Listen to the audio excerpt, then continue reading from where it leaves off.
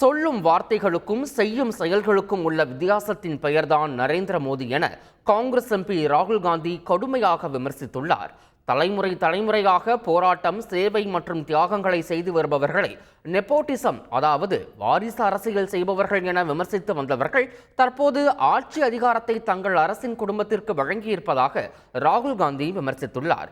கூடவே முன்னாள் தலைவர்களின் மகன்கள், மகள்கள் மற்றும் குடும்ப உறுப்பினர்களுக்கு புதிய அமைச்சரவையில் இடம் கொடுக்கப்பட்டிருப்பதாகவும் கூறி புதிய அமைச்சரவையில் இடம் பிடித்த 20 பேர் கொண்ட பட்டியலையும் வெளியிட்டு அவர் விமர்சித்துள்ளார்.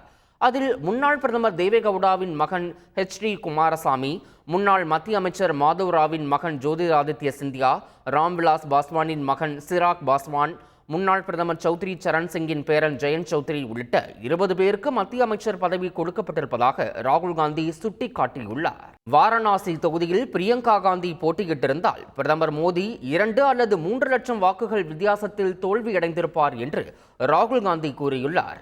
உத்தரப்பிரதேச மாநிலம் ரேபரேலி தொகுதியில் காங்கிரஸ் சார்பில் வாக்காளர்களுக்கு நன்றி தெரிவிக்கும் கூட்டம் நடைபெற்றது.